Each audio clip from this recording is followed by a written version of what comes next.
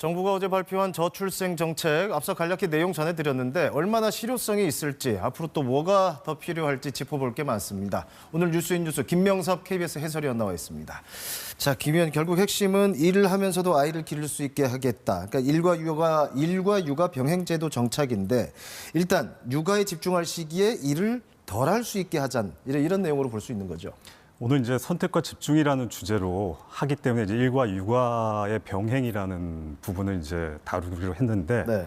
먼저 이제 근로시간 단축 제도가 제일 중요합니다. 어린아이가 있는 경우에는 근무 시간을, 그러니까 하루의 근무 시간을 조금씩 줄여가지고 일할 수 있게 만들었는데, 그래픽에 나오는데, 현재 초등학교 2학년 만 8세까지 지원했는데 초등학교 6학년 만 12세까지로 확대하기로 했습니다. 그러니까 부모 1인당 최대 2년인 기간을 최대 3년으로 늘려주기로 했고요. 그러면 이제 부모 2명 합산하면 최대 6년이 되는 셈입니다. 단축 근무로 줄어드는 소득 보존도 현재 하루 1시간에서 2시간으로 늘리기로 했습니다. 맹점이 있는데요. 단축 근무 소득 보존이 국가 고용보험에서 지급되거든요. 근데 비정규직은 그 고용보험 가입률이 매우 낮아요. 이 부분에 대해서는 보완이 시급합니다. 그렇겠네요. 자, 그리고 육아휴직을 더 늘려주겠다고 하는데, 사실 있는 휴직도 제대로 못 쓰는 사람도 많은 게 현실이지 않습니까?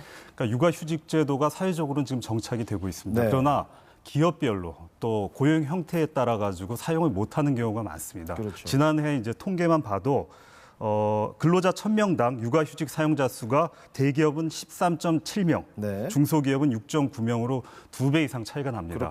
정규직과 비정규직은 더 많이 차이가 나고요. 한 공익단체가 최근 20대에서 50대까지 직장 1,000명 을 대상으로 육아휴직 사용 실태를 조사했어요. 직장 여건에 따라 육아휴직을 자유롭게 쓴다는 비율이 매우 다르게 나왔습니다. 정규직의 경우에는 자유롭게 쓸 수 없다는 비율이 36%인데 비정규직은 자유롭게 쓸 수 없는 경우가 58.5%나 됐습니다. 절반이 넘는 거죠.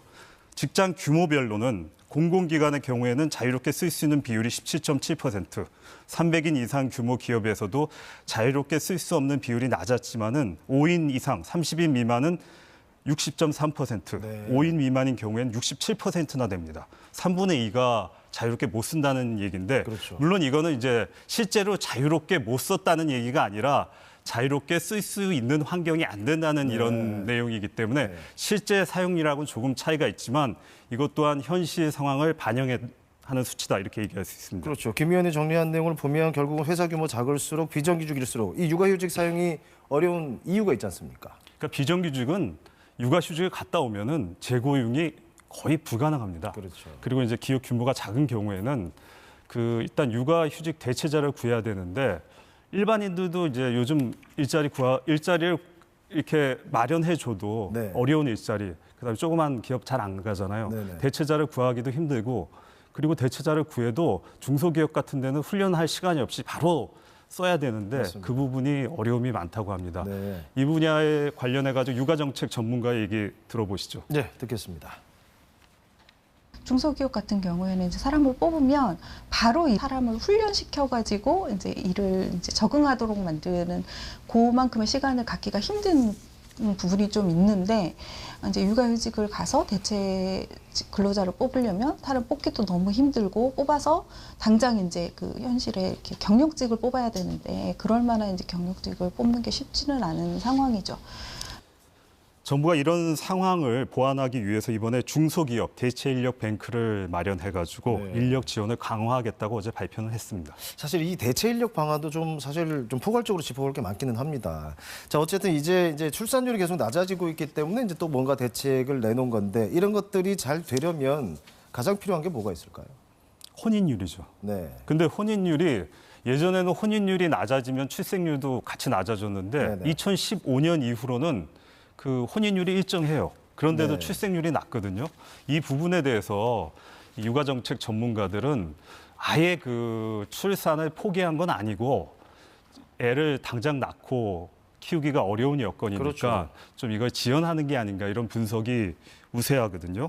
그래서 이제 이런 정책이 자주 나오는 것도 중요하지만 정책이 한번 나오면 그 정책을 갖다가 오랫동안 유지해야지만 미래에 부모들이 예측을 하고 그다음에 출산을 하지 않을까, 이러한 분석이 많습니다. 혼인 출산 인생의 중요한 계획이니까요. 네, 전문가 얘기 들어보시죠. 알겠습니다.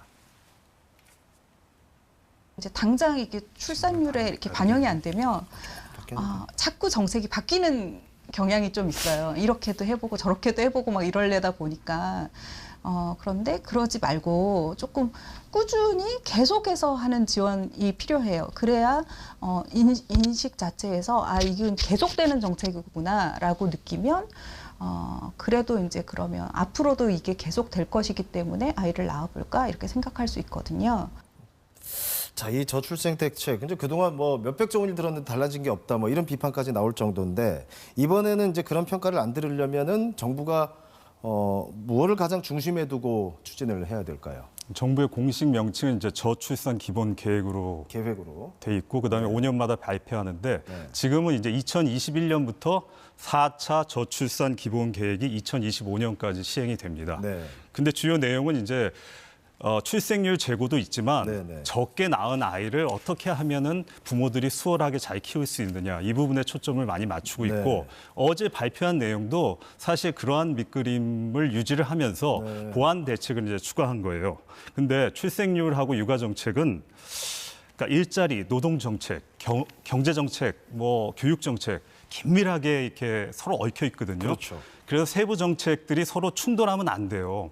그러니까 세부 정책들을 아주 조율을 잘 해가지고 그거를 그런 변수들을 잘 풀어내야 하거든요. 고차 방정식을 푸는 거하고 같은데 그렇게 보이죠. 그 세부 정책이 조율되기 전에 만약에 최근에 논란이 되고 있는 장시간 근로 유연화 정책 이런 것들이 딱 나와가지고 이렇게 가겠다, 또 수정하겠다, 뭐 이런 식으로 나오면은 사실 그 혼선이 이 시장에 굉장히 오랫동안 미치거든요. 그래서 시기도 중요하지만은 좀 신중하게 검토하고 발표를 했으면 좋겠습니다. 가장 시급한 때 가장 어려운 문제 계속 이제 지켜봐야겠습니다. 여기까지 듣겠습니다. 김명섭 해설위원이었습니다.